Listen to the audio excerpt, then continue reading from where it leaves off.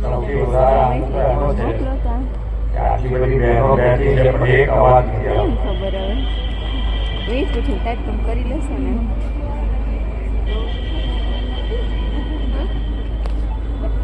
એટલે એનું કારણ એવું પણ હોઈ શકે કે મોબાઈલ હાથમાં હોય તો મોબાઈલમાં અત્યારે તો આપણો જીવ હોય બધા, પણ મોબાઈલ થી હાથમાં નથી દેખાતું એટલા બધા ઘણા હાથમાં છે. એટલે સારી નિશાની ગણીએ ને આપણે. હા કે ના જોરથી બોલો આટલો બધો ઉત્સાહ. હા બહેનોનો અવાજ બોલે તો જાણે ગુંગરામણ થઈ ગયું એવું લાગે છે. બે તમારા કરતા તો અમને ટેન્શન થઈ જાય કેમ આટલી બધી બહેનો શાંત છે.